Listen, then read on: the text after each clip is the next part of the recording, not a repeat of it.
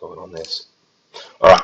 So if you guys look on the lesson plan, this is mentioned. This is sort of a paper set of instructions for what I'm going to go through today. And this is going to show you how to drive one of these things. It's called a 7-segment display. And this is an example of 4 7-segment displays displayed to, say help, which I thought was appropriate for the situation that we find ourselves in. Um, it's called a 7-segment display for really unimaginative reasons. It's got 7 segments. And the way that this works is that each of these segments is an individual little light.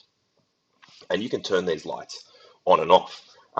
They have, I'll just zoom in a little bit, they've got what's called a common anode, which means that every single light is connected to the same positive.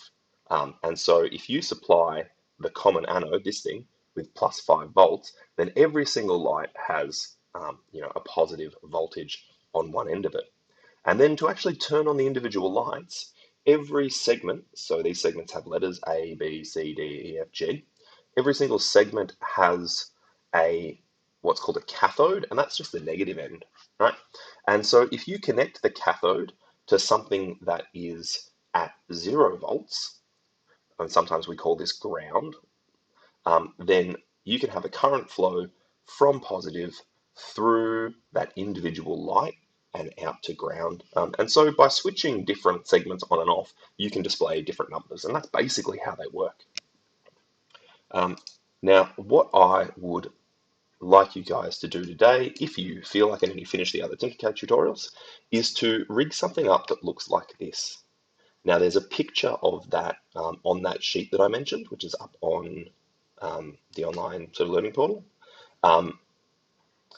And there's also, this video, which I'll put up in a second. So what we've got here is an Arduino, and we've got 5 volts. So there's a little pin here called 5 volts, and that goes up to common on our 7-segment display. And then you can see all these little pins coming out of the display.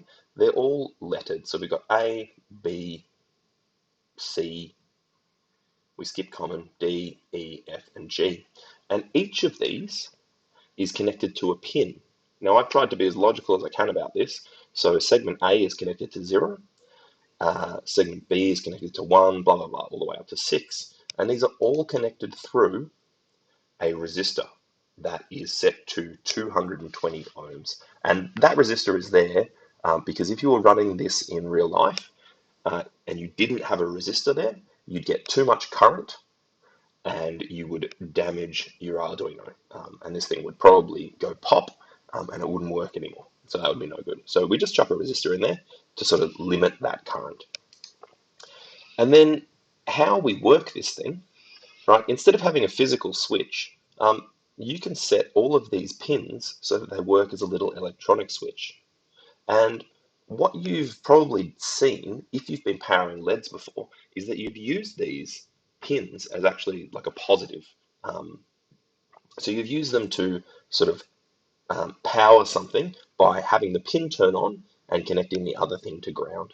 You can also use them in reverse, right? If you set them to what's called their low state, or you can think of that as being off, then they are essentially at 0 volts. And if this is at 5 volts and this is at 0 volts, then you can have a little current coming from your 5 volts into your common anode, and then out of your pin and back to one of the pins on your Arduino, and you can sort of have a current flowing through that, and that'll power that on. Now, I think if I look at mine, what it does is it just goes 5, 4, and then I didn't program the rest of the numbers. So 5 and 4 and 5 and 4. I was going to program it so that it went all the way to 1, but I thought that seemed like kind of a waste of time when I was using this as an example to show you guys anyway. So let's have a look at this code, and I'll just zoom in on this a little bit, and I've zoomed in on that way too much. So what I've got is I've got a comment in there, and I've just put that comment at 5, and then all I've done is I've gone through and I've gone 1, 2, 3, 4, 5, 6, 7 pins, and I've got those running from 0 to 6. So this controls pin 0, pin 1, pin 2, pin 3, and so on. And then for my 5-segment display, my 7-segment display, to display the number 5, I've just gone through and everything that I want to be on, I've set to low so that it is at 0 volts and a current can flow through it. And everything that I want to be off, I've set to high. And so that means if I set this pin to high, let's say here we've got pin 1, and that's set to high, which means that this pin is at 5 volts. So if the pin's at 5 volts and the power supply is at 5 volts, then there's no reason for a current to flow from 5 volts through to pin 1 because they're at the same voltage. If they're at the same voltage, no current's going to flow. Right? So that means that that segment will be off. So I've got pin 0 is on,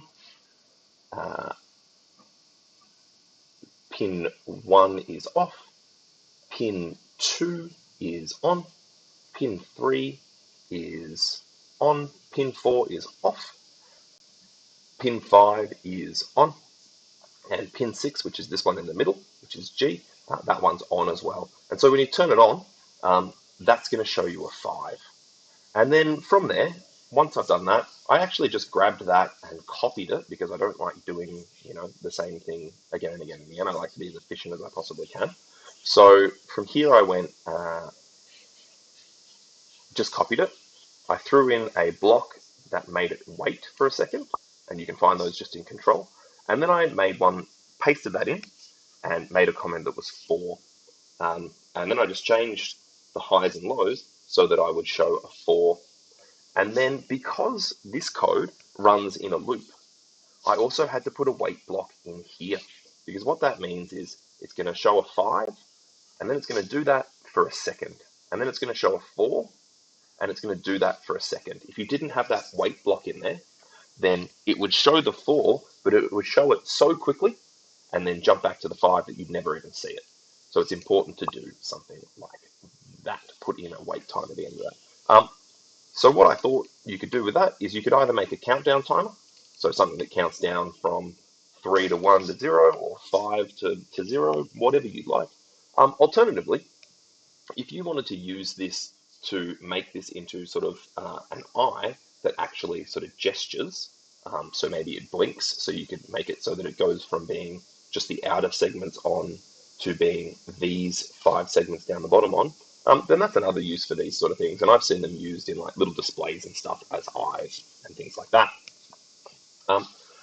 So if you finish the other Tinkercad examples, or if you are just looking for something a bit different to do, that is an option for you today that I thought was a little bit more maybe interesting than just turning some lights on and off, and actually sort of starts to connect how you use this Arduino to generate some sort of display, something that's a bit more like interactive and something that actually is a bit more, I guess, engaging than just turning lights on and off.